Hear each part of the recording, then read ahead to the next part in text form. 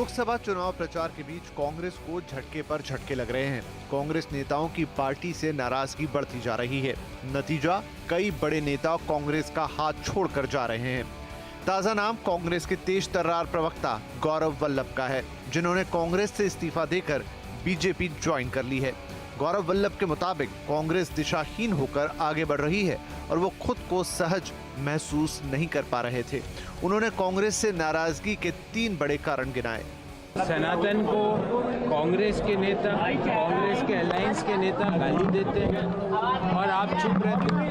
जो wealth generators हैं उनको सुबह से शाम गाली देकर देश आगे नहीं बढ़ सकता। उनका देश के विकास में कंट्रीब्यूशन होता है। 2 महीने से ज़्यादा हो गए प्राण प्रतिष्ठा को। आपने पहले कहा कि साहब हम इसलिए नहीं जा रहे क्योंकि वो इवेंट है। अरे 2 महीने में तो इवेंट कोई नहीं था, क्यों नहीं जाते आप? महाराष्ट्र में भी कांग्रेस के अंदर महाभारत चल रहा है। पिछले कुछ दिनों में अशोक चव्हाण, मिलिंद देवड़ा और बाबा सिद्दीकी जैसे बड़े नेता कांग्रेस छोड़ चुके हैं। पिछले हफ्ते सीट बंटवारे से नाराज संजय निरुपम ने कांग्रेस के खिलाफ मोर्चा खोल दिया था। अब आखिरकार उन्होंने कांग्रेस से इस्तीफा दे दिया है। कांग्रेस आलाकमान ने भी उन्हें 6 साल के लिए पार्टी से निष्कासित कर दिया है। संजय निरुपम ने कांग्रेस पर कई गंभीर आरोप लगाए हैं। उन्होंने कहा है कि कांग्रेस में बड़े स्तर पर गुटबाजी हावी हो रही है। तो जो 5 पावर सेंटर है उसमें सबसे पहले तो परम आदरणीय सोनिया गांधी जी का एक पावर सेंटर है, उनके आसपास के लोग हैं। दूसरे आदरणीय राहुल गांधी जी का भी एक अपना पावर सेंटर है, उनके आसपास भी एक कोठरी है जो अपनी दुकान चलाता रहता है। फिर बहन जी की भी एक अपनी कोठरी है, वो अपने ढंग से एक्सर्ट करती रहती हैं, अपना पावर एक्सर्ट करती रहती हैं।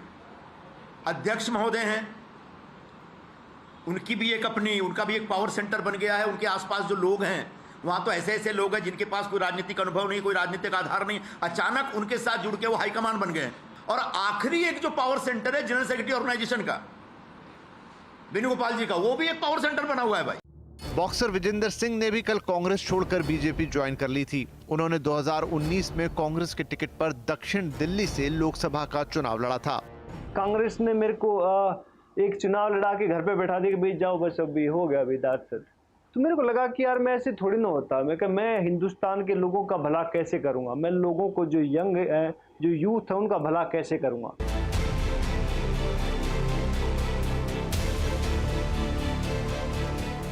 कांग्रेस के साथ आने वालों की राह भी आसान नहीं है। हाल ही में कांग्रेस में शामिल हुए पप्पू यादव पूर्णिया से चुनाव लड़ना चाह रहे थे, लेकिन आरजेडी ने वहां से बीमा भारती को टिकट दे दिया। अंत में पप्पू यादव को पूर्णिया से निर्दलीय उम्मीदवार के तौर पर नामांकन भरना पड़ा। यही बात मैं लालू यादव जी से हाथ जोड़ करके मैंने कहा। कल भी ये बात हुई कि मधेपुरा चले जाओ।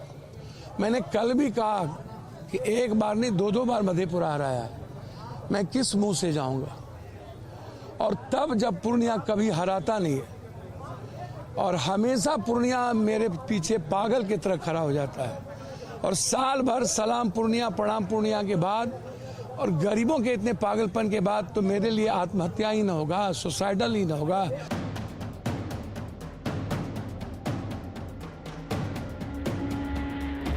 बीजेपी के कुछ नेता भी पार्टी छोड़कर दूसरी पार्टियों में गए हैं, लेकिन ऐसे नेताओं की संख्या काफी कम है और बीजेपी के शीर्ष नेतृत्व के खिलाफ कांग्रेस जैसी नाराजगी नहीं दिख रही है। सवाल यह है कि कांग्रेस के नेता पार्टी छोड़कर क्यों जा रहे हैं? पार्टी में उनकी सुनवाई नहीं हो रही है या फिर चुनावी मौसम में सबको अपना अपना फायदा देखना है? कांग्रेस छोड़कर जाने वाले नेताओं के आरोपों को आलाकमान गंभीरता से ले रहा है या फिर उन्हें इससे कोई फर्क नहीं पड़ता? सनातन विरोधी रुख और राम मंदिर से दूरी बनाना, क्या इन 2 बड़े मुद्दों से कांग्रेस को चुनाव में नुकसान होगा? कांग्रेस में एक अजब सी स्थिति पैदा हो गई है कि हर दिन कोई न कोई ऐसी खबर सुनाई पड़ती है जो सोचने मजबूर करती है कि ऐसा हो क्या रहा है कांग्रेस में। अब देखिए, हाल फिलहाल में आपने भी देखा कि 3-4 नेताओं के जिक्र हुए, और भी बहुत सारे नेता हैं। बिहार के काफ़ी पहले के कांग्रेस अध्यक्ष अनिल शर्मा, वो भी अपने लश्कर के साथ ज्वाइन किए हैं कहीं और।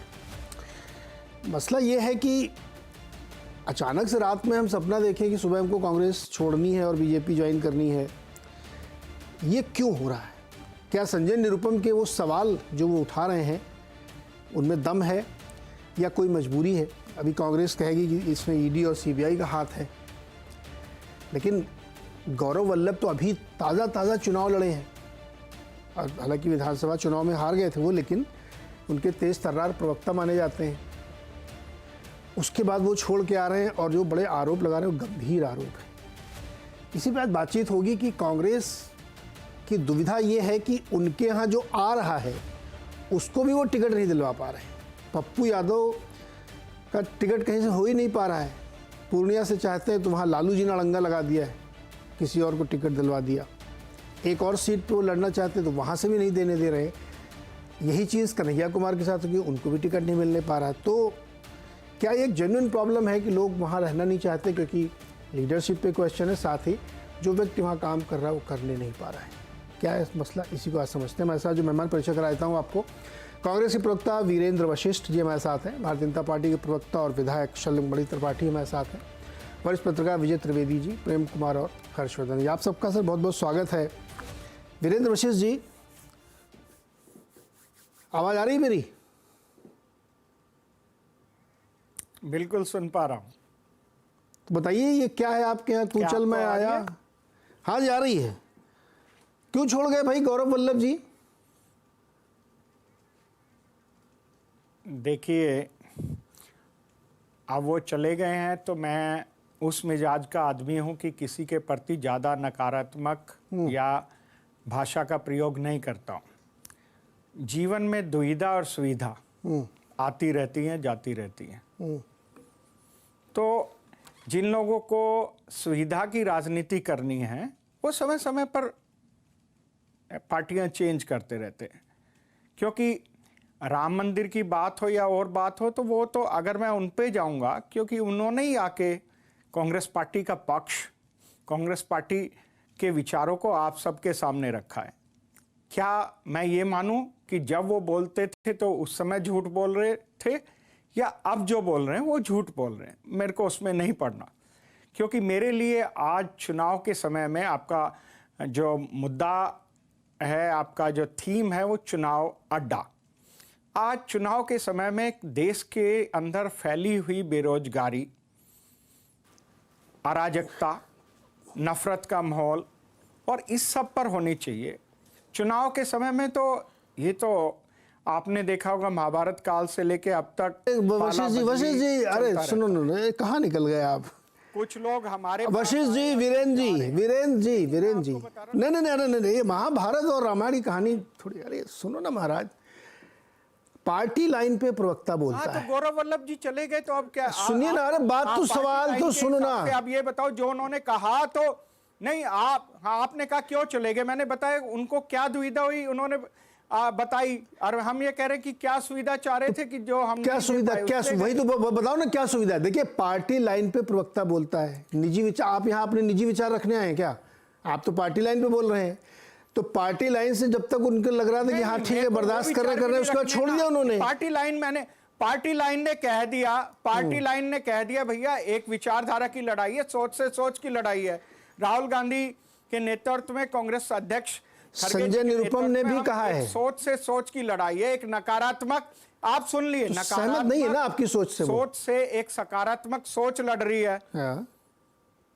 वो सहमत, मैं क्या कह रहा हूं, सोच से सोच की लड़ाई है। सोच की सोच में लड़ाई में सुविधाएं जब देखता है आदमी तो वो पथ भ्रष्ट हो जाता है। पथभ्रष्ट हो गए हैं, लाइन है। अब आपने कह दिया ना पथभ्रष्ट हो गए। संजय निरुपम क्यों पथभ्रष्ट हो गए? वो तो आरोप लगा रहे। सुन लो पहले, सवाल तो सुन लो वीरेंद्र जी। आज भी आपको पार्टी लाइन पे बोलना है, कल पता नहीं हो सकता आप भी ज्वाइन कर लो भाजपा, तो फिर आप कहोगे नहीं नहीं हम तो कर रहे हैं, है ना? संजय निरुपम ने जो ज्वाइन कर सकते हैं भाजपा, आप भी तो कर सकते हैं। हमारे लिए सवाल थोड़ी उठेगा, हम तो निर्दलीय हैं, अभी मैं कहीं भी जा सकता हूँ। अरे क्या सवाल सुनो महाराज। हाँ, तो आपके जवाब। हाँ, वीरेंद्र जी सवाल सुन लीजिए महाराज। नहीं सुना ना सवाल आपने, सवाल सुनिए। संजय निरुपम ने कहा है कि 5 कोठरियां बन गई, कॉकस बन गया जहां कोई सुनता नहीं है और उस पार्टी का कोई भविष्य नहीं, दिशाहीन है। यह आपके सिपाही ने आरोप लगाया जो 24 घंटे तक आपके साथ था। पहले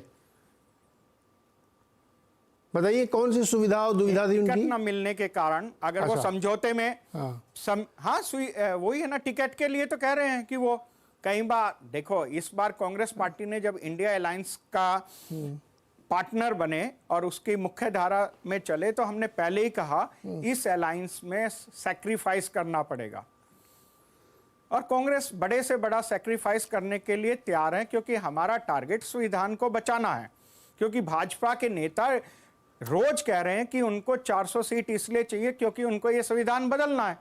उत्तर से लेकर दक्षिण तक के नेता उनके साफ साफ बोल रहे हैं जी। और कांग्रेस पार्टी, क्योंकि हमने आजादी की लड़ाई लड़ी और उस आजादी की लड़ाई से एक अमृत जो कहा जाता है वो इस में मंथन से जो अमृत निकला उसको भारतीय संविधान कहते हैं, जिसकी वजह से आप और मैं आज बहस कर पा रहे हैं। तो ये आप बताइए, और हम अपने अधिकारों की लड़ाई लड़ हाँ पाते वीरेंद्र हैं। जी सुनो ना, जब आपके सिपाही अगर उनको नेता- टिकट मिल जाता तो ये कोई बात नहीं आती, ना कोटरी ना।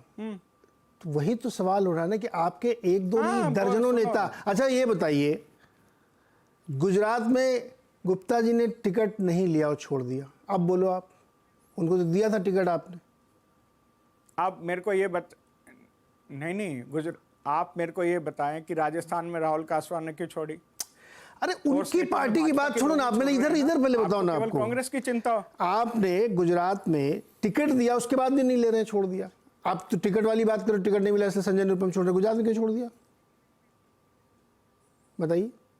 तो गौतम गंभीर ने और औरों ने भी कहा ना, हम अरे चुनाव भाई लड़ना वो चाहते हैं। सवाल उनसे पूछा जाएगा, उसका जवाब आप दोगे क्या? गौतम अरे गंभीर ने क्यों भैया, छोड़ा? आप सुनो ना, मैं आपको जो समझाना चाह रहा हूं कि चुनाव के वक्त पे लोग करते रहते हैं, ये नई चीज नहीं हुई है। पर आज बेरोजगारी के मुद्दे को छोड़कर, आज भ्रष्टाचार के मुद्दे को छोड़कर, आज इलेक्ट्रोल बॉन्ड के मुद्दे को छोड़कर चुनावी अड्डे का मुद्दा आज इलेक्ट्रोल बॉन्ड पे कंटिन्यू होना चाहिए। सुप्रीम कोर्ट ने जिसको कह दिया कि अनकॉन्स्टिट्यूशनल है।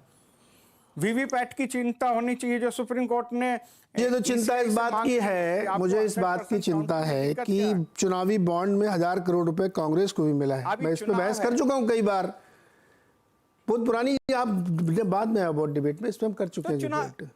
आज का मुद्दा ये है कि आपकी पार्टी में लोग छोड़ जा रहे हैं, केंद्रीय नेतृत्व पे आरोप लगा रहे हैं, और आप इस लड़ाई को लड़ रहे हैं जहां पे आपका सिपाही, आपका नेता, आपका कार्यकर्ता आपके साथ नहीं है। टिकट का लालच होता तो गुजरात वाले नहीं छोड़ते, हमारे है ना। विजेंद्र सिंह को आप दे रहे हैं क्या टिकट? नहीं मिल रहा था, फिर भी छोड़ गए वो। उनको तो सपना आया रात में कि हमको छोड़ देनी चाहिए। गंभीरता समझ रहे हैं इसकी आप वशिष्ठ जी? और ये झड़ी लगी हुई पिछले 5-7 साल से, तो 3 दिन की बातें बता रहा हूँ आपको। एक रात तक जो रिट्वीट कर रहा था, वही तो मैं कह रहा हूँ, वही तो मेरा सवाल है वीरेंद्र जी कि एक रात तक जो आदमी ट्वीट कर रहा था, अचानक से उसको एक सपना आता है और वो छोड़ देता है। हाँ है ना, आपके लिए सोचने की बात कह रहा है कि नहीं है? तो राजनीति का होना ही नहीं चाहिए ना। तो ये विषय आपके लिए है कि नहीं गंभीर? के लायक ही नहीं थे। तो भैया ये विषय है कि नहीं गंभीर? नहीं, हमें गंभीर नहीं है, क्योंकि बहुत कार्य करता है, उनको दूसरों के बिल्कुल नहीं है, बिल्कुल नहीं है। हमारे नेता और हमने साथ, कोई फर्क नहीं पड़ेगा इससे। जो लोग घबराते छोड़ के चले जाओ, कोई दिक्कत नहीं है, कोई फर्क नहीं पड़ेगा इससे। कांग्रेस का निष्ठावान कार्यकर्ता खड़ा हुआ, कोई फर्क नहीं पड़ेगा। आप पक्का ज्वाइन नहीं करोगे? लड़ाई सोच से है वीरेंद्र जी, आपका मोहब्बत। अरे वीरेंद्र जी सुनो ना, मोहब्बत आपका पक्का गारंटी है ना कि आप नहीं ज्वाइन कर रहे हो कल? देखिए ये आजकल बड़ा मतलब कहना मुश्किल है, कल को कोई भी जा सकता है किधर भी। मेरे को मैं अपनी गारंटी के साथ साथ मुझे डर है कि जिस प्रकार से आप चिंतित है, कभी आप ना कर जाओ। टिकट देख लें, भाजपा वालों ने आपकी करी तो नहीं है? अरे वीरेंद्र जी चिंतित हो गए हो। वीरेंद्र जी सुनो ना, मेरे को डर आपका हो गया कि देश में जिस चीज की चर्चा होनी चाहिए उस चर्चा को छोड़ के वीरेंद्र जी, महंगाई की चर्चा, अरे वीरेंद्र जी सुनो ना, अत्याचारों पे चर्चा हो, भाजपा ने क्या किया? अरे वीरेंद्र, अरे आप सुन तो लो। मैं आपकी क्या सुनूं? आप हमारी चिंता कर रहे हो इंडिविजुअल की, आप अपनी पार्टी चिंता नहीं कर रहे हो। आप अपनी चिंता करो, अपनी पार्टी चिंता करो। अरे आपने मेरी चिंता की, आप एंकर की चिंता करना छोड़ो। हमने कह दिया जो कांग्रेस के जी, अरे हमें चिंता नहीं है, बिल्कुल क्लियर है एजेंडा हमारा। ओके ठीक है, कह चुके हैं एजेंडा क्लियर है, कोई चिंता नहीं है। सलम बड़ी जी के पास चलते हैं। सलम बड़ी जी, भाई आपके यहाँ पार्टी ज्वाइन करने का क्या क्राइटेरिया? जिसको देखो वही चला रहा है, रात में सपना है। अरे रुको भाई वीरेंद्र जी, सलम जी के पास जा रहा हूँ। कोई भी आया ज्वाइन कर रहा है भाई, मतलब चल क्या रहा है आपके यहाँ? नीरज भाई देखिए, लोग अगर जुड़ना चाहते हैं एक विचारधारा के साथ लोग अगर इस बात में विश्वास व्यक्त कर रहे हैं कि प्रधानमंत्री जी ने पिछले 10 वर्षों में बहुत अच्छा काम किया है, उनके नेतृत्व में वो देश के लिए काम करना चाहते हैं और कोई आपके घर आना चाहता है, तो ये तो हमारा संस्कार है कि हम किसी को दुत्कारते नहीं, हम तो उसको गले लगाते हैं। मैं अभी सुन रहा था, देखिए आप देखिए 3 शब्द हैं, क्रेडेंशियल्स, कैरेक्टर, क्रेडिबिलिटी। अभी आपने सुना हमारे कांग्रेस के साथी बैठे थे, उत्तर से लेकर दक्षिण तक बोल रहे हैं कि भारतीय जनता पार्टी के लोग ऐसा बोल रहे हैं। मुझे एक व्यक्ति आप बता दीजिए नीरज भाई, आप तो बहुत वरिष्ठ पत्रकार हैं, एक कोई ऐसा लीडर बता दीजिए जिसने ये कहा हो कि हम संविधान चेंज करने जा रहे हैं। किसी ने कहा क्या?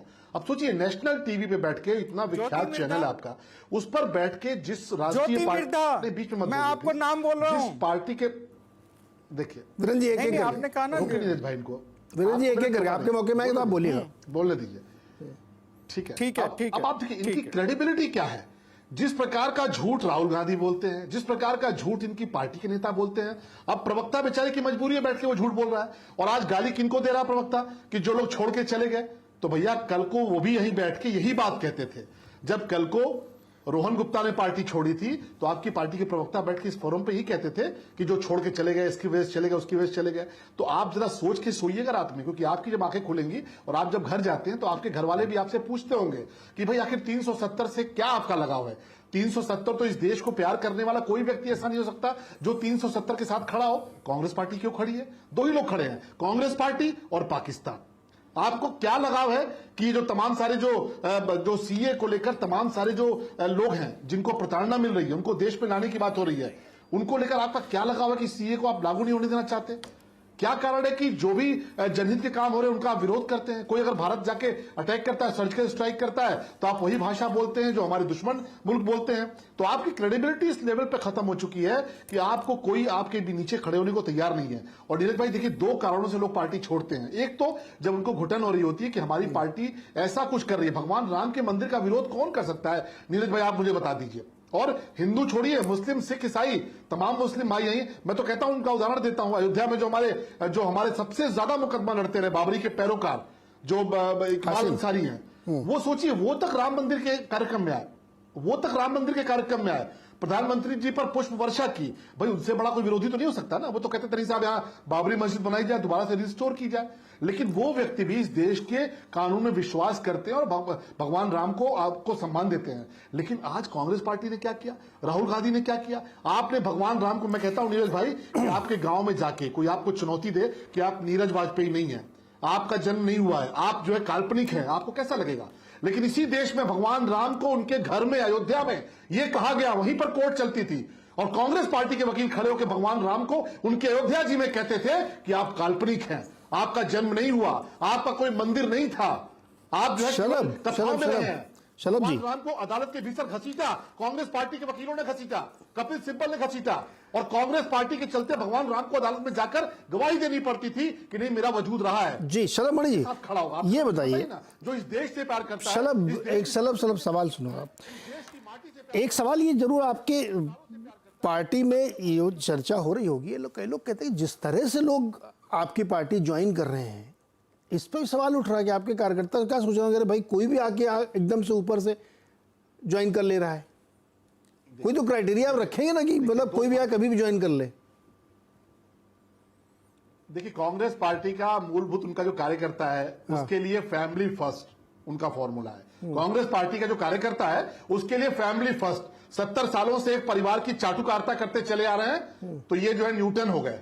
और हमने 10 साल में एक नेता खड़ा कर दिया मोदी जी को, और हम उनके साथ खड़े होते हैं तो हम अंधभक्त हैं। मतलब मोदी जी के साथ हम खड़े हो गए जिन्होंने देश के लिए इतना काम किया, तो हम अंधभक्त। और ये 70 सालों से तलवे चाटते आ रहे हैं एक खानदान के, गांधी परिवार के, तो ये न्यूटन हो गए। ये फर्क है, उनके लिए फैमिली फर्स्ट है, हमारे लिए नेशन फर्स्ट है। भारतीय जनता पार्टी के कार्यकर्ता के लिए देश सबसे पहले, उसके बाद विचारधारा पार्टी, और उसके बाद स्वयं। हमें कोई चिंता नहीं है, कल को हमारे भी कोई बहुत बड़ा व्यक्ति अगर ज्वाइन करना चाहेगा, मैं स्वागत करूंगा, क्योंकि वो देश को मजबूत करने आएगा। लेकिन आप इनकी भाषा देखिए कि आज जो साथी इनको छोड़ के गए, जो इनकी पार्टी के दुर्गुणों को लेकर आपके चैनल पे लड़ते थे, आपके फोरम पर डिफेंड करते थे, आज किस प्रकार से उनका अपमान कर रहे हैं। कह रहे वो तो लालची थे, वो तो लोभी थे, वो तो ऐसे थे, वो तो वैसे थे। जरा विजेंद्र सिंह के खिलाफ कौन सी ईडी जांच चल रही थी, जरा आप मुझे बता दीजिए। कल तो बड़े दावे आप करते थे कि ईडी जांच से बच के भाग रहे हैं, तो नीतीश कुमार जी के खिलाफ कौन सी ईडी जांच चलती थी? आज जो जी, आपके जी, रोहन सर। गुप्ता है बेचारे, उनके खिलाफ कौन सी ईडी जांच चली, आज गौरव वल्लभ के खिलाफ कौन सी ईडी जांच चली। लेकिन दो बात नीरज भाई, बस मुझे 10 सेकंड और दीजिएगा। दो कारणों से लोग पार्टी छोड़ते हैं। एक तो जब घुटन होती है कि भगवान राम का विरोध कर रहे हो, 370 का की समर्थन कर रहे हो, जाके सर्जिकल स्ट्राइक के खिलाफ बोल रहे हो, चाइना के पक्ष में बोल रहे हो, एक कारण तो ये। और दूसरा कारण, जब आपको लगता है कि हम जाएंगे अपनी विचारधारा को लेकर, और जब गली मोहल्ले के लोग दुत्कारते हैं कि तुम कांग्रेस पार्टी के हो, भाग जाओ यहां से, तो आप जाएंगे किसके भी। कल को नीरज वाजपेयी जी को समझ में आ जाए कि जो वो शो लेकर आते हैं कोई देखना नहीं चाहता, दुत्कारता है, तो नीरज भाई भी वो शो बंद कर देंगे। और इसलिए इनके कार्यकर्ता छोड़ कर आ रहे हैं, क्योंकि उनको पता है कि इनकी विचारधारा इररिलेवेंट हो चुकी है, देश के खिलाफ हो चुकी है, देश के साथ उस विचारधारा ने गद्दारी की है। विजय द्विवेदी की बात चलते हैं। विजय द्विवेदी जी, ये राजनीतिक दल तो खैर अपने अपने तर्क दे रहे हैं, लेकिन ये गंभीर समस्या है। देखिए आप, ये ईडी और सीबीआई के बहाने तो अलग हैं, लेकिन ये जो कांग्रेस में हो रहा है, ये बहुत अच्छे संकेत नहीं। और जिस तरह के आरोप संजय निरुपम तो बहुत सालों से वहाँ पे है, वो तो सांसद भी रहे वहाँ से, गंभीर आरोप लगा के जा रहे हैं। क्या लग रहा है आपको, ये क्या हो रहा है कांग्रेस में? नहीं, सबसे महत्वपूर्ण बात नीरज जी यही है कि कांग्रेस को इंट्रोस्पेक्ट करने का वक्त है। मतलब ये सारे आरोप को मैं सही भी मान लूं, ईडी का, सीबीआई का और तमाम तरीके के दबावों का, लेकिन क्या सिर्फ यही कारण है, जैसे अभी शलभ जी ने भी जिक्र किया कि आप विजेंद्र सिंह की बात करें, रोहन भाटिया की बात करें, गौरव वल्लभ की बात करें, रवनीत सिंह बट्टू की बात करें, बहुत सारे लोग हैं, लेकिन क्या वो सब लोग क्यों छोड़ रहे हैं? और संजय निरुपम तो पार्टी में बहुत लंबे समय से रहे हैं और वो राजनीति में भी बहुत लंबे समय से है, तो वो सब चीजों को देख रहे हैं। उन्होंने पावर सेंटर्स की बात की है कि पार्टी में 5-5 पावर सेंटर्स बने हुए हैं और वो पावर सेंटर्स सब अपने अपने पावर को लेकर भी चिंतित हो रहे हैं। तो क्या पार्टी में ये देखा जा रहा है कौन आज पार्टी का लीडर है, रियल लीडर कौन है? कि जो सेंस ऑफ एंटाइटलमेंट है, राहुल गांधी जी आज छोड़ना नहीं चाहते, वो अध्यक्ष बने हुए, उनको जमाना हो गया, अध्यक्ष पद छोड़े हुए जमाना हो गया, लेकिन वो सेंस ऑफ एंटाइटलमेंट उनका है कि वो जो चाहेंगे वो होगा, उनके हिसाब से होगा। दूसरी तरफ इससे उलट है, कांग्रेस अध्यक्ष हैं मल्लिकार्जुन खड़गे, उनको सेंस ऑफ एंटाइटलमेंट नहीं है कि भाई वो अध्यक्ष हैं असली, वो पार्टी का फैसला कर सकते हैं। वो हर फैसले के लिए गांधी परिवार की तरफ या राहुल गांधी जी की तरफ देखते हैं, तो उससे भी पार्टी में एक लगातार फ्रस्ट्रेशन हो रहा है। विचारधारा का, आइडियोलॉजी का लैक तो हो ही रहा है वहां पर, उसका कंफ्यूजन ज्यादा हो रहा है। कई बार कहा जाता है कि समाज जो है बदल रहा है, दुनिया बदल रही है, तो हमको री इन्वेंट होना होता है। तो क्या कांग्रेस पार्टी री इन्वेंट हो रही है विचारधारा के लेवल पर? मैं इस बात का जिक्र करता हूं कि 1984 को याद कीजिए, जब भारतीय जनता पार्टी 1980 में बनी, तो अटल बिहारी वाजपेयी ने, क्योंकि वो जनता पार्टी से और वहां के नेताओं से, जयप्रकाश नारायण से बड़े प्रभावित थे, तो उन्होंने एक नया नारा दिया गांधीयन सोशलिज्म का, गांधीवादी समाजवाद। लेकिन 1984 में पार्टी हार गई बुरी तरह से, हालांकि उसके कारण अलग थे, लेकिन 2 सीटें आई, तो पार्टी ने पूरी तरह से अपने आप को रीइन्वेंट किया और उस विचारधारा को छोड़कर वो हिंदुत्व पर या जो भी उनका राष्ट्रवाद का जो मसला था उस पर आ गए। तो क्या कांग्रेस को आज लग रहा है कि हिंदुस्तान कहीं दूसरी दिशा में चल रहा है? वो राम की बात कर रहा है, राष्ट्रवाद की बात कर रहा है, सही है गलत इस पर हम चर्चा अलग से कर सकते हैं, लेकिन क्या हिंदुस्तान की जो सोच चल रही है आज की तारीख में, कांग्रेस उसी विचारधारा के या उस रास्ते पर चल रही है या उसके खिलाफ भी खड़ा होना चाहिए, तो क्या स्ट्रांग तरीके से खड़ी हो रही है? तो ये जो विचारधारा के लेवल पर कंफ्यूजन हो रहा है, और फिर ये कंफ्यूजन की कार्यकर्ता को वक्त नहीं मिल रहा, जगह नहीं मिल रही, स्पेस नहीं मिल रही, ये सारे कारण भी उसमें जुड़ते चले जा रहे हैं कि कांग्रेस किस तरह से कर रही है, कांग्रेस का घर जो है वो खाली होता जा रहा है। ये और दूसरी बात, भारतीय जनता पार्टी के स्तर पर देखें तो कोई भारतीय, माफ कीजिएगा, भारतीय जनता पार्टी की विचारधारा के लिए नहीं आ रहा, वो सिर्फ सत्ता के लिए आ रहा है। सिर्फ सत्ता उसको मिल रही है, पावर एक विचारधारा है, क्योंकि वहां पर पावर नहीं है और उनको लग रहा है दूर दूर तक पावर नहीं आ रही, तो वो यहां सब आ रहे हैं। लेकिन मुझे भारतीय जनता पार्टी की चिंता ज्यादा हो रही है सर आजकल, कि शलभ जी जैसे लोग हैं और तमाम तरीके के लोग हैं, उनका नंबर कम आएगा, क्योंकि जो नया आएगा, नीरज जी आज ज्वाइन कर ले तो हो सकता है राज्यसभा पहुंच जाए, क्योंकि अशोक चौहान पहुंचते हैं, मिलिंद देवड़ा पहुंचते हैं, आरपीएन सिंह पहुंचते हैं, तमाम तरीके के लोग राज्यसभा पहुंच रहे हैं, तमाम तरीके के लोग लोकसभा के टिकट ले रहे हैं। तो जो भारतीय जनता पार्टी का कार्यकर्ता है उसमें जो फ्रस्ट्रेशन हो रहा है, उसके लिए जगह नहीं बची। कमरा तो एक ही है ना सर, अब उसमें पहले वो 20 लोगों का कमरा था, अब उसमें आप 60 लोग और बाहर के ला रहे हैं, तो वो जो 20 लोग घर के हैं वो पहले तो दबते जा रहे थे, अब वो कब तक दबेंगे या वो कब वहां से बाहर निकलेंगे, तो ये भी एक बड़ी चिंता। इसलिए ये विचारधारा का आवागमन नहीं हो रहा है, ये सिर्फ पावर का आवागमन है कि पावर आपके पास है, इसलिए सब लोग उस दरवाजे से इधर आ रहे हैं। इसको ये मत समझिए कि भारतीय जनता पार्टी की बड़ी विचारधारा से आप बहुत प्रभावित हो गए। अचानक विजेंद्र जी ने कहा, मैं सुबह जगा तो बोला कि मेरे को लग रहा था कि गलत जगह आ गया हूं, और जो जो लोग कल तक गाली दे रहे थे भारतीय जनता पार्टी को, उन्हीं सब लोगों को आप ले रहे हैं। कांग्रेस की तो चिंता छोड़िए कि वो लालची कह रहे हैं, लोभी कर रहे हैं। आप भी तो, आपको तो वो रोज ही गाली दे रहे थे। अब ये आपकी जो कार्डियक सर्जन है वो उनका हृदय परिवर्तन इतना अच्छा कर रहे हैं, तो ये जो पॉलिटिकल मेडिकल लाइफ इस पे सलम का एक जवाब लेते हैं। सलम जी, ये विजय जी जो कह रहे हैं इस पे आपका रिप्लाई चाहिए। नहीं, देखिए, मैंने फिर कहा ना कि भारतीय जनता पार्टी के जो कार्यकर्ता हैं उनके लिए नेशन फर्स्ट है।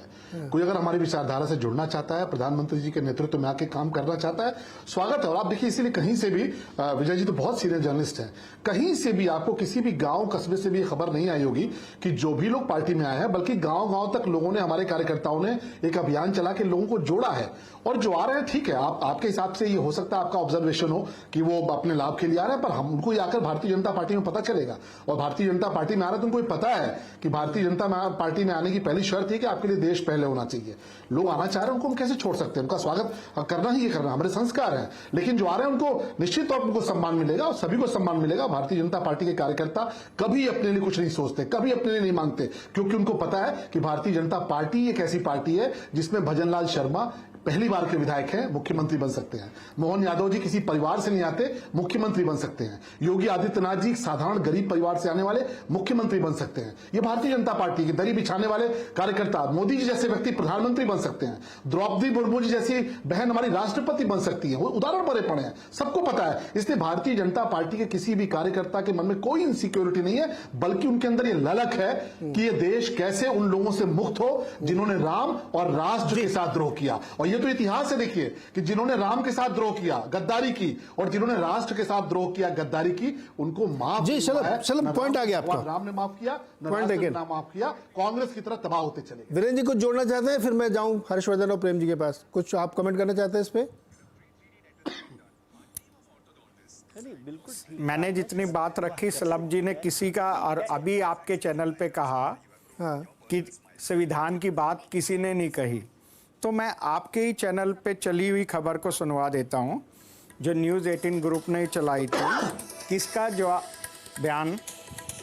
तो आरोप प्रत्यारोप का दौर शुरू हो गया है। कोई भी पार्टी हो, एक दूसरे पर हमलावर है, और ऐसे में ज्योति मिर्धा का बयान जो है वो इस वक्त कांग्रेस ने लपकते हुए इसे बड़ा मुद्दा बनाया। क्या कुछ ज्योति मिर्धा ने कहा जिस पर अब बवाल चल रहा है, सुनते हैं। जी वीरेंद्र जी, पॉइंट बताइए अपना, इससे क्या पॉइंट प्रूव कर रहे हैं आप? कठोर निर्णय लेने पड़ते हैं, उनके लिए हमें संवैधानिक बदलाव करने पड़ते हैं। अगर संविधान के अंदर हमें कोई बदलाव करना होता है तो आप में से कई लोग जानते हैं कि उसके लिए दोनों जो हमारे सदन है। वीरेंद्र जी, पॉइंट समझ लिया मैंने। आप पॉइंट बताओ आपका, इससे क्या पॉइंट प्रूव करना चाहते हैं? एक मिनट हो गई मैं जवाब देना चाहता संविधान हूं। की। और दूसरा, मैं सोनम वांगचुक के प्रति बीजेपी के लोगों को ना हो तो वो क्या कह रहे हैं कि चाइना के बारे में, नहीं, अगर जो आपने मुझे सुनवाया पहले वो बताओ ना सर। आपके चैनलों पे चला हुआ जो आपने अभी सुनाया कि दोनों सदनों में बहुमत चाहिए। संविधान नहीं, अब सुनो, सोनम वांगचुक कह रहे कि चाइना के लोग हमारे यहाँ आ गए, उसकी चर्चा करवाओ। चर्चा अगर 370 और ये सब छोड़ के आज सबसे बड़ा वीरेंद्र जी एक मिनट रुको यार, फिर आप लोग कहते हो कि आप बायस्ड हो जाते हो। कांग्रेस की सबसे बड़ी प्रॉब्लम जानते हो क्या है? वीरेंद्र जी एक मिनट शांत हो जाओ आप। अपने घर में आग लगी है, उसको ठीक करने की बजाय सोनम वांगचुक, ज्योति मिर्धा और फलाना ढिमकाना की आप सुना रहे हो। ज्योति मिर्धा या किसी की भी संविधान बदलने के लिए चाहिए ना बहुमत। आप लोग इतना क्या बात कर रहे हो? आप लोगों का हिंदुस्तान में घुसना है, इसमें कौन सी बड़ी बात होगी? ये बात अपने उनको समझाओ, गौरव वल्लभ को, कि पार्टी मत छोड़ के जाओ, संविधान बदल जाएगा। देश के अंदर चाइना के, सोनम वांगचुक कह रहे हैं कि चाइना के लोग आ रहे हैं। आपने खुद देखा चाइना ने अरुणाचल के लोगों का, हम कह रहे हैं हम आपके साथ खड़े हैं विपक्ष के नाते, आप चाइना को लाल आंख दिखाओ। वीरेंद्र जी बात सुन लो यार, मैं अपनी बात पर, देश के मुद्दे पर खड़ा रहूंगा। देश के मुद्दे पर अपने पार्टी को खड़ा कर लो पहले दादा, जिसको लड़ना है। प्लेटफॉर्म मत बनाओ। देश के मुद्दे पर लड़ने के लिए पहले वीरेंद्र वशिष्ठ जी को तैयार करो। कल को वीरेंद्र वशिष्ठ जी भाजपा चले जाएंगे तो क्या होगा? समस्या ये यहाँ पे आज डिस्कशन की। वो हराएंगे हर्षवर्धन जी, और कोई इतनी दिक्कत मत मानिए सर। वो 4 जून को हम लोग पता चलेगा। आज प्रेडिक्शन मत करिए, आज जो हुआ मैं उस पर बात कर रहा हूँ। हर्षवर्धन जी प्रेम जी को लेकर ऊपर है। वीरेंद्र जी शांत हो जाओ महाराज, पार्टी बचा लो पहले, बाकी बाद में कर लेना। हर्षवर्धन जी एक बात जो विजय जी ने कही, अरे वीरेंद्र जी आपसे बात नहीं कर रहा हूं मैं अभी, कि जो लोग आ रहे हैं वो सत्ता के लालच में आ रहे हैं या उनको सुविधा चाहिए या उनको चाहिए, ये एक महत्वपूर्ण पॉइंट है जिसका जवाब अभी शलभ जी ने दिया। मेरा इसमें एक ऑब्जर्वेशन ये कि जो लोग अभी तक आए हैं जुड़ के यहाँ पे, उनको कुछ बहुत बड़ा मिला नहीं। जैसे मध्य प्रदेश का उदाहरण मेरा नाम लिए दे रहा हूँ, मोहन यादव बन गए। अगर कोई सोच रहा होगा अपने मन में कि फलाने इलाके में बहुत तेज़ हूँ या ऐसा हो जाए वैसा, ऐसा कुछ हुआ नहीं अभी तक। क्या ये बात विजय जी की सही है कि लोग लालच में आ रहे हैं? नीरज जी देखिए, राजनीति कर रहा है कोई तो उसकी राजनीति चलती रहे, इससे बड़ा लालच कुछ नहीं। ये सबसे बड़ा लालच है। और ऐसा थोड़ी ना है, मतलब किसी भी क्षेत्र में हम लोग नेताओं को थोड़ा लालची ज्यादा बोलते हैं। भाई कंपनी अच्छी ऑफर कर देती है, उसमें लोग चले जाते हैं। कंपनी बंद होने वाली हो तो बंद होने के पहले निकल लेते हैं। कंपनी में अप्रेजल अच्छा नहीं मिल रहा हो तो जहां बढ़िया मिलता है वहां हाइक पे चले जाते हैं, 20% 30% वाली हाइक पे। तो हम लोग नेता को ज्यादा गाली देते हैं। हम लोग मतलब सामान्य तौर पर हम लोग नेताओं को ऐसे कहते हैं जैसे सारा लालच उन्होंने ही समेट लिया हो, ऐसा नहीं है। और देखिए 3 नाम अभी तुरंत हैं कांग्रेस पार्टी के। एक है गौरव वल्लभ, एक है संजय निरुपम और एक है विजेंद्र सिंह। विजेंद्र सिंह रात को सोए और सुबह उठे तो जाग गए। तो जागते तो सब हैं लेकिन वो अद्भुत जागे, सीधा भाजपा कार्यालय पहुंच गए और उसके पहले का उन्होंने कोई पोस्ट वोस्ट डिलीट नहीं किया है। तो इतना ज्यादा साहस दुस्साहस है। राहुल गांधी उनके साथ मूंछों पर ताव दे रहे थे, हार जीत के सामने खड़े होकर खिंचा रहे थे। अब मतलब अगर ये सब राजनीति का तरीका है तो आपने भारत जोड़ो न्याय यात्रा में देखा उनके इर्द गिर्द कौन लोग हैं, सोशल मीडिया पे कौन कैंपेन कर रहे हैं। तो इससे ये भी पता चलता है कि कांग्रेस धरातल पर कहां खड़ी है। तो वो विजेंद्र सिंह थे। अब दूसरे आ गए गौरव वल्लभ। गौरव वल्लभ को कांग्रेस पार्टी ने क्या कुछ नहीं दिया। जमशेदपुर पूर्वी से लड़ा दिया, झारखंड में ले जाके, फिर उदयपुर से लड़ा दिया, राजस्थान में ले जाकर राष्ट्रीय प्रवक्ता बना के रखा। तो लालच क्या, अब यहां क्या वो इससे कुछ ज्यादा पा जाएंगे क्या? मुझे नहीं लगता। जो लोग आए भी हैं उनको कोई बहुत तुरंत बहुत बड़ा मिल गया हो ऐसा है नहीं। राजनीति बचाने का लालच है नीरज। दरअसल कांग्रेस पार्टी की अगुवाई एक ऐसा व्यक्ति कर रहा है जो पॉलिटिक्स के लिए फिट है नहीं। राहुल गांधी उसका नाम। ये कहते हुए कांग्रेस पार्टी में लोग डर रहे हैं। संजय निरुपम को बिल्कुल टिकट चाहिए था और बड़ा अच्छा आज उन्होंने जवाब दिया कि पूछा गया कि टिकट के लिए आप चले गए तो कहे टिकट के लिए राहुल गांधी भाग गए वायनाड एक सीट के लिए। तो सोचिए राहुल गांधी तो जो उनकी अपनी सीट थी उसके साथ भाग गए, वायनाड की सांसदी बची रही। इतने लोभी लालची हैं तब तो राहुल गांधी। सोनिया जी का इतना लोभ लालच है बंगले का कि रायबरेली अभी सांसद हैं वो, लेकिन चली गई राजस्थान। डर लग रहा था क्या? तो मुझे लगता है किसी भी नेता के ऊपर जब ये टिप्पणी होगी तो ये सवाल होगा कि बड़े वाले लोग क्या कर रहे हैं। मूल समस्या पर बात करें। ये 5 पावर सेंटर 10 पावर सेंटर ये कोई दिक्कत की बात नहीं, हर पार्टी में होता है और इसमें कोई बुराई भी नहीं। असली मुश्किल ये है राहुल गांधी भारत की राजनीति, भारत का जो मूल है उससे पूरी तरह से कटे हुए हैं। जो संकट सोनिया जी के समय में नहीं आया था, इसको ध्यान से सुनना चाहिए सबको। सोनिया गांधी के भी रहते संघ ने, भाजपा ने, सुषमा जी ने, गोविंदाचार्य ने क्या क्या नहीं किया था। उनके खिलाफ तो शरद पवार भी खड़े होते। विदेशी मूल की महिला है, मुलायम सिंह भी विदेशी मूल की महिला तो रही, खड़ी रही एकदम, उसको नहीं हटा पाए। क्यों? क्योंकि उस वक्त लाख आरोपों के बावजूद, Christian missionary, Christian conversion, Christian सलाहकार सब कहने के बावजूद सोनिया जी के ऊपर कोई आरोप चिपका नहीं। और आज राहुल गांधी के समय में कांग्रेस एंटी हिंदू पार्टी हो गई है, एंटी सनातन पार्टी हो गई और ये राहुल गांधी के ऊपर चिपक गया है। आप अगर इस तरफ नहीं देख पा रहे तो कांग्रेस की किसी समस्या का कोई समाधान नहीं होने वाला है। और जो उनके इर्द गिर्द के सलाहकार हैं सब जमीन से कटे हुए हैं और बेसिकली ज्यादातर कम्युनिस्ट हैं जिनको भारत की सोच और सभ्यता से कोई लेना देना नहीं। इंटरेस्टिंग पॉइंट है। जैसे मान लीजिए कोई आया भी आपकी पार्टी में, अब पप्पू यादव उदाहरण लो, बेचारे मारे मारे फिर रहे हैं, उनको टिकट नहीं मिल रहा है, लालू यादव ने खेल दिया पूरा। तो जो आपके यहाँ जुड़ना भी चाहता है और अपनी पार्टी में मर्ज कर दे, उसको भी अगर आप टिकट ना दिलवा पाएँ तब तो और गंभीर समस्या है। लेकिन इन तर्कों को छोड़िए, मैं तो आज वीरेंद्र वशिष्ठ जी के पॉइंट को मान लेता हूँ कि सब सुविधाभोगी लोग हैं। नीरज जी एक लाइन, हाँ मैं वीरेंद्र जी को तो जानता नहीं, पहली बार प्रवक्ता के तौर पर इनके साथ हूँ। अद्भुत प्रवक्ता है। देखिए वो कुछ भी कहिए वही कह रहे हैं जो कहना है, कोई जवाब नहीं, कोई पार्टी लाइन चलेंगे ना। नहीं मैं हर्षवर्धन जी, दिक्कत यही है कि अगर कांग्रेस में ऐसे लोग ही ज्यादा हैं तो न समस्या सुनेंगे न समाधान सुनेंगे, अपनी बोल। मैं तो कह रहा हूँ वीरेंद्र जी की पार्टी जो लाइन अभी लेके चल रहा है, मैं उसी पॉइंट को ले लेता हूं। मैं तो मान लेता हूँ। अरे वीरेंद्र जी अभी अभी अभी प्रेम जी देखो इतनी देर से बैठे हुए हैं, वीरेंद्र जी सही कह रहे हैं कि सब जो उधर जा रहे हैं ना, सब सुविधा दुविधा के चक्कर में जा रहे हैं। तो इससे ये पॉइंट प्रूव होता है कि ये जो इंडिया अलायंस या कांग्रेस स्पेसिफिक में हार रही है बुरी तरीके से, इसीलिए लोग सुविधा की तरफ जा रहे हैं। हर्षवर्धन वाली बात जो खुल के कह रहे हैं, प्रेम जी क्यों रुकना चाहिए किसी को? अगर कोई पार्टी उधर काम नहीं कर पा रही है, जीत नहीं पाएगी तो। नीरज जी, सबसे पहली बात तो ये है कि हम जब कभी भी बात करते हैं तो सिर्फ कांग्रेस सेंट्रिक बात करने लगते हैं। कांग्रेस की चर्चा तब करते हैं जब उसकी आलोचना हमें करनी होती है, और ये बात मैं पहली बार नहीं बोल रहा हूँ, अक्सर बोलता हूँ।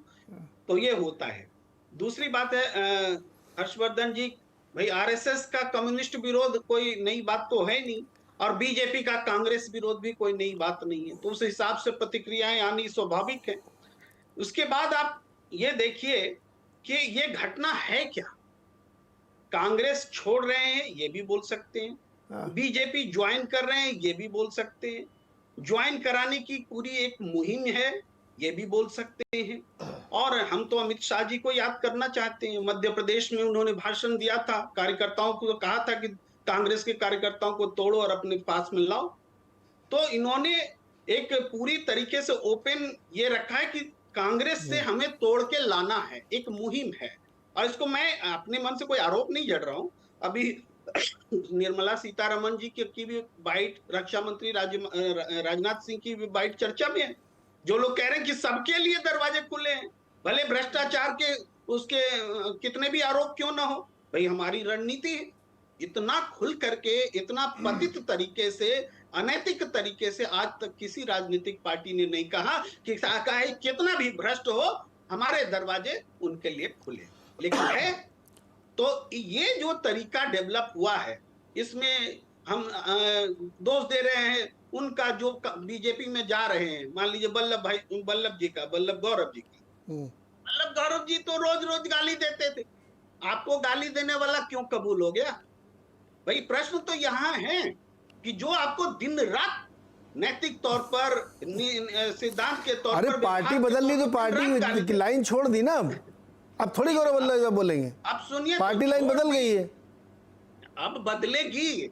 लेकिन आपको जो दिन रात कल तक गाली दे रहा था, आज आपको बहुत प्रिय है, क्योंकि आपने कैंपेन चला रखा है ना, हम सबके लिए दरवाजे खोल के रखे हैं। एक सप्लीमेंट्री सवाल, एक सप्लीमेंट्री क्वेश्चन देखिए, एक मिनट आप ही से है, हमारी आपकी हो रही ना।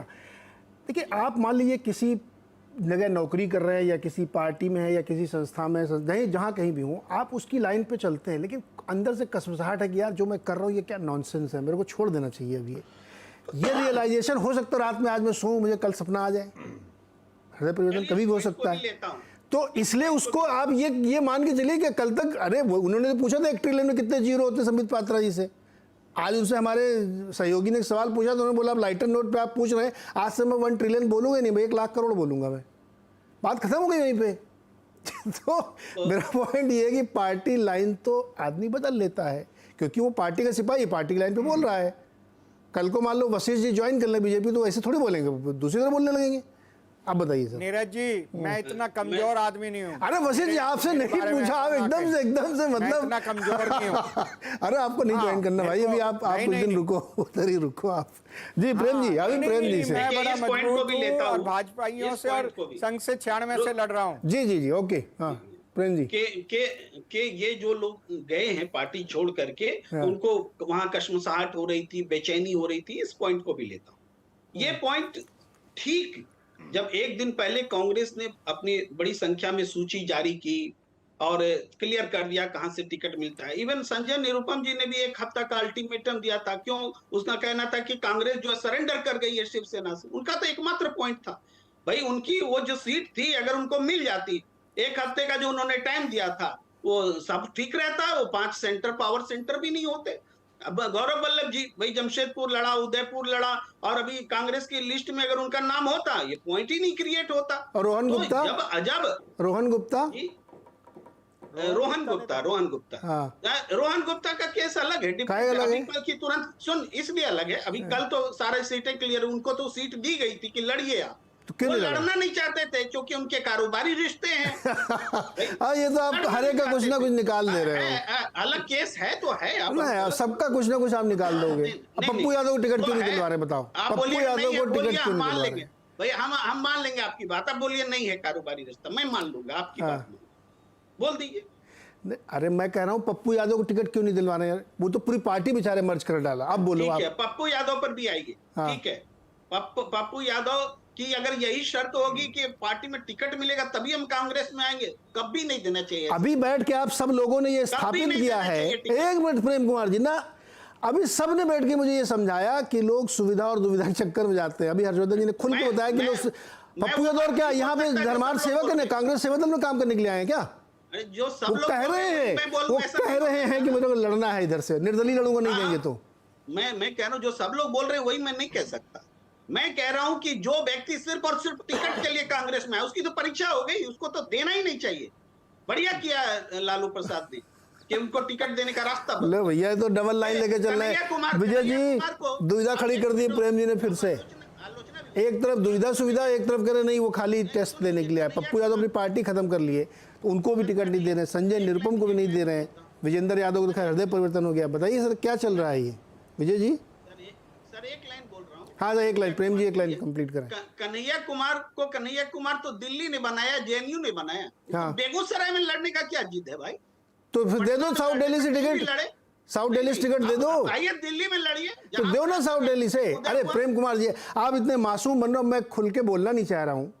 लालू यादव जी ने जो कांग्रेस के समय प्रदेश अध्यक्ष वहां अखिलेश सिंह, उनके जरिए निपटा दिया। अखिलेश सिंह जी पहले कहाँ थे?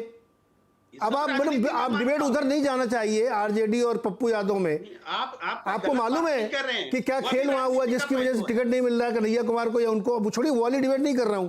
इतनी चिंता साउथ दिल्ली से टिकट दे देना फिर। विजय जी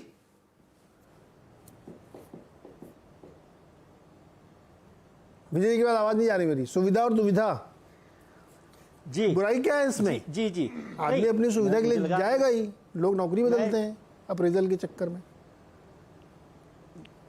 देखिए दोनों बातें आपने बहुत महत्वपूर्ण कही हैं। एक तो ये बात है कि देखिए एक चर्चा हुई कि भाई वो पार्टी और सबका लालच होता है, लालच तो सबका होता है, लेकिन पार्टी में और कंपनीज के एम्प्लॉय में फर्क है। पार्टी सो कॉल्ड विचारधारा के लिए लोग जुड़े हुए होते हैं। कांग्रेस की एक विचारधारा है, सेक्युलरिज्म है या जो भी है, भारतीय जनता पार्टी की एक विचारधारा है, लेफ्ट की एक विचारधारा है, और जो नेता है कार्यकर्ता है वो उस विचारधारा के साथ जुड़ा रहता है मोटे तौर पर। पहला कारण उसकी उस आइडियोलॉजी के साथ, उस सोच समझ के साथ उसका जुड़ा हुआ होना था। इसलिए जब वो बदलता है तो सवाल हम बार बार करते हैं ना कि कल तक वो गाली दे रहा था। कंपनीज में आपकी विचारधारा नहीं जुड़ी होती।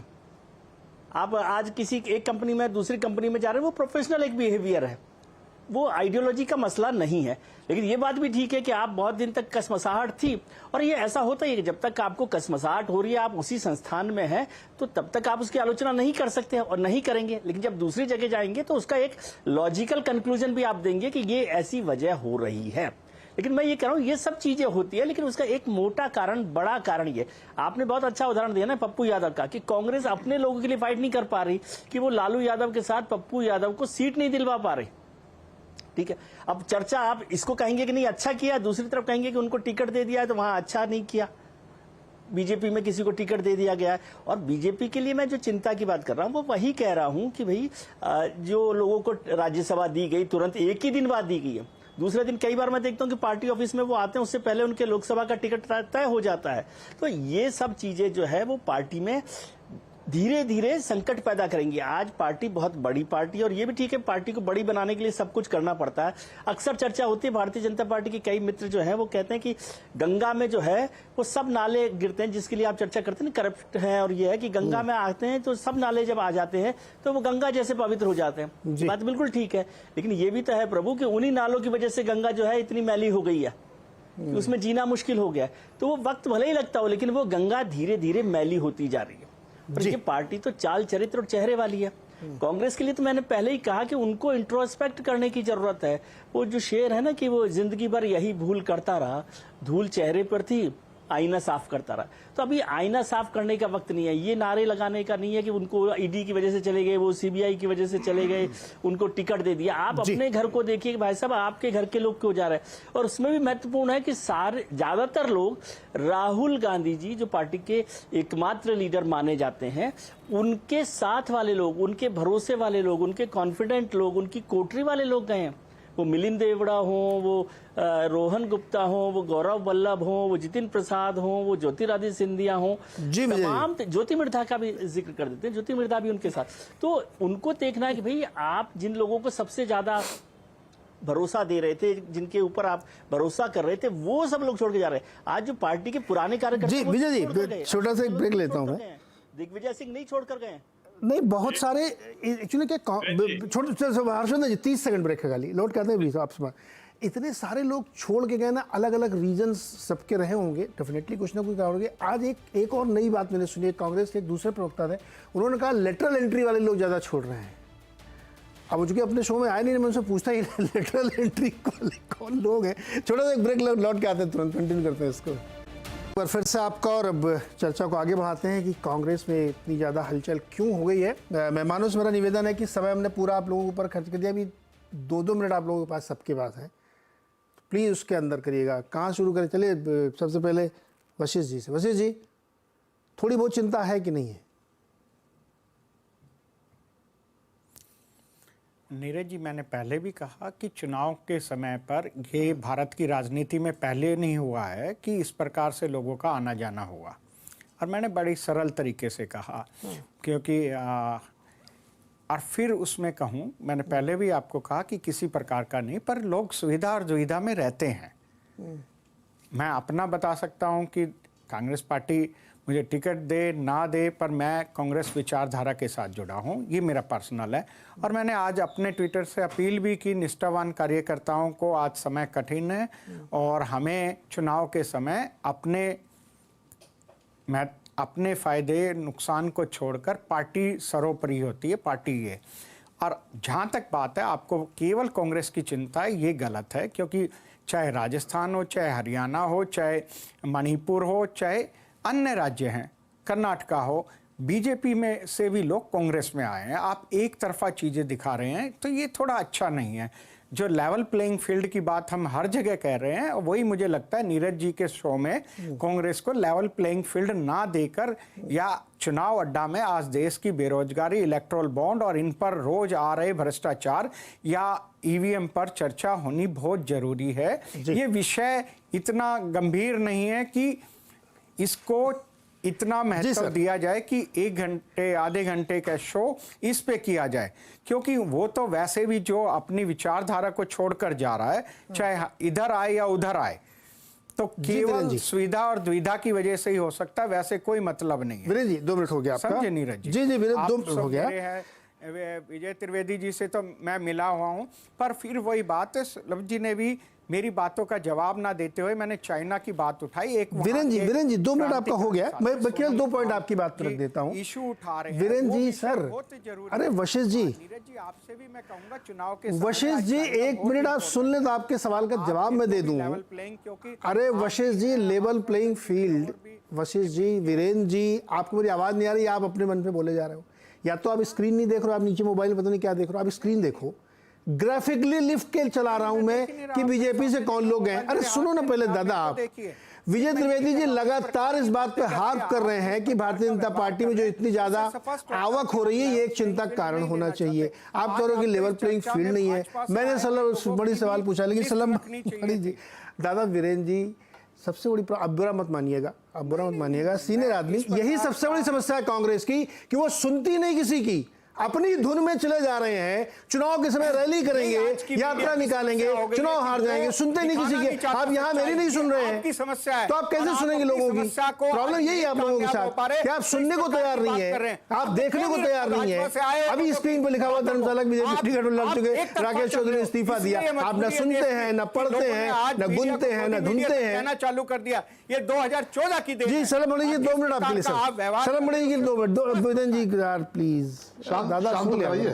जी, 2 मिनट सर। नीरज भाई अभी इसी मंच पे दो लाइनें कही गई कि धूल चेहरे पे थी, आईना साफ करते रहे। अब आप देख लीजिए कांग्रेस पार्टी को, पूरा दोष मीडिया का है, पूरा दोष पत्रकारों का है, किस प्रकार से अपनी जो नाकामी है उसका ठीकरा इनके ऊपर फोड़ रहा है। जहां तक हर्षवर्धन भाई ने एक बात कही, मैं उनका बहुत सम्मान करता हूं, एक बात से मुझे थोड़ा सा उनके सहमत नहीं।